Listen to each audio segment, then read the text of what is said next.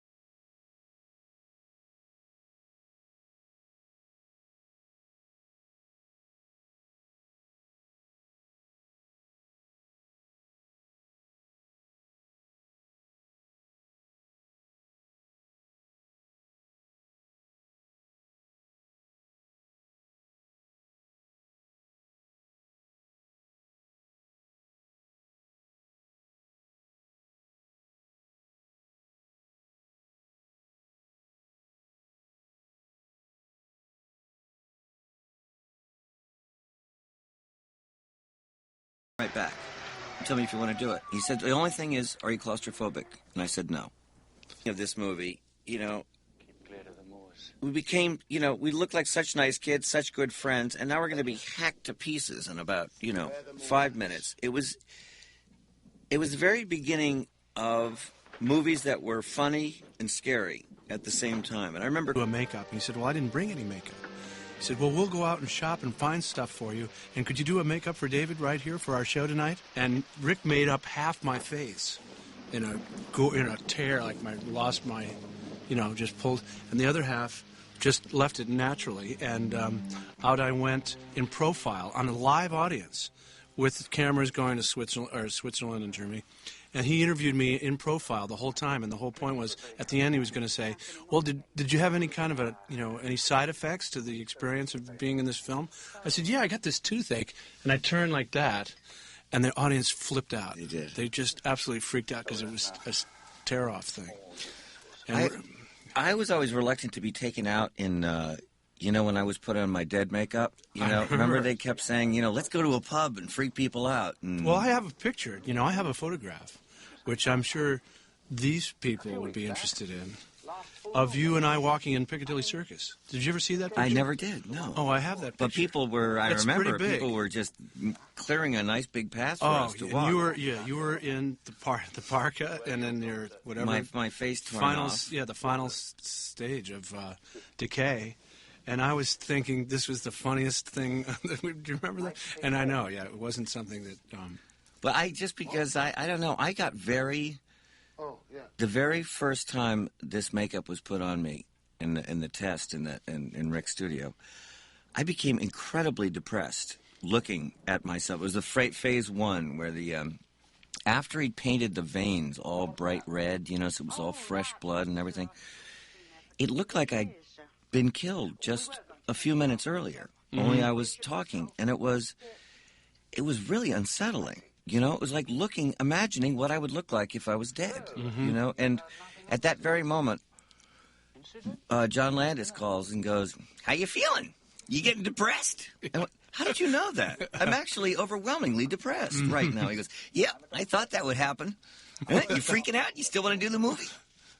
This is in the test while here in California. Yeah, when we did it in California. Oh. Yeah, I never got to really wear any makeup. All I was just in was the, fast-drying alginate. But would they put all those, didn't they have to put all those hairs individually into your body and everything? They did, they put them on me, but they waited till London for that. Oh, right. Oh, you mean when we got to London? All I really was doing was just molds, mold after mold, head molds. That was no fun. Like a game? Well? Nothing not. My parents were with me at this opening in New York, and I was trying to prepare them for what they were about to see. I had seen a screening of the film by myself here, the finished version, which is a little unsettling seeing the film by yourself and watching it, but I knew what I was in for. I knew what they were going to be in for, and I was trying to prepare them for it, and of course... my parents were in complete shock after the film and were asked by the press what they thought, and they couldn't even speak. They were horrified. And, I was trying to keep it light, going, well, this will be, it's going to be scary, and there are going to be some victims. But what we were taken by was how the audience, the actual paying audience reacted, and they were flipped out. They literally did jump out of their seats a couple of times, and particularly up to this point, at least, they jumped. And in the transformation, they were quite freaked out.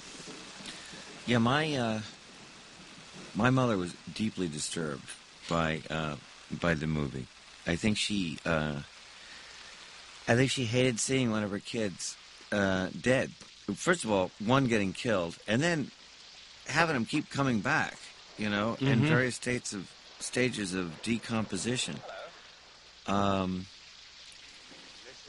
And it was, I was it was really the first movie I was in, so I had it was a very exciting time because it was, it was a leading part in a movie, and so all my friends would go, and I didn't even know any other people, who were in movies outside of, much smaller parts. And I had never heard of a junket. Publicity. I didn't know what that word meant. I thought it was a Chinese ship. And we went to the hotel, and I was living downtown. And we went to the Stanhope Hotel, and I was with my girlfriend at the time. And when you guys all left, I stayed in the hotel for a week, and Universal just paid. They never even noticed I had left. I had this crappy little apartment in the Village, and I just lived uptown at the Stanhope for a week, living on room service. And no one ever noticed. If you get too anxious, call me at the hospital, okay? But I remember being very disappointed in the reviews. I thought that this would be something that I could tell it wasn't your average horror movie. And the critics, the so-called serious critics. The New York Times, in particular, you remember it. You remember what those people... They just had a lukewarm reaction to it. It confused them. It really, all the kind of the fan reaction and everything didn't really catch up and kick in and, make a noticeable difference in my life until the video. Mm-hmm. Well, I know that people, when they were seeing a John Landis film, they assumed it was a comedy. Right. Coming from Animal House and the Blues Brothers. But, yeah. Remember how they did that? Yes, they did. They had a cat that they did not like, and that cat didn't like, and they held that cat up to the other cat, and they just hissed at each other.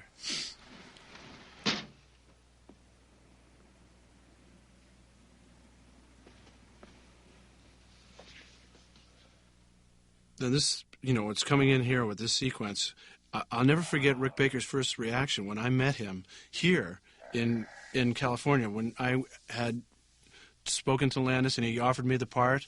He said, you got to go meet Rick Baker right away. He needs to see you and see your sizes and get started on the makeup. He said, I feel sorry for you, said Rick Baker. That was the first thing he said to me. He said, you're playing which part? I said, I'm playing the David character. He says, I feel sorry for you. I said, I don't understand. That's not the reaction I expect. This is kind of like a real special break for me. What are you talking about? Well, I found out what he was talking about, as you did, with the makeup. And so sorry for you having to have all that hair put all over you. Yeah, now this was, strand by strand of this stuff, which was glued on with some, an aerosol can of cold glue, spray it on you, and then just lay it on, But I thought it would be kind of fun to have that and just wear that around for a while, Get one of those T-shirts or those undershirts. And, but no, this was no fun. How did they do that? That was an appliance that was put on you, right? Yeah. That was it, yeah. There are parts that are me and then parts that aren't me. One of the hard parts here was when I flip over here on my back.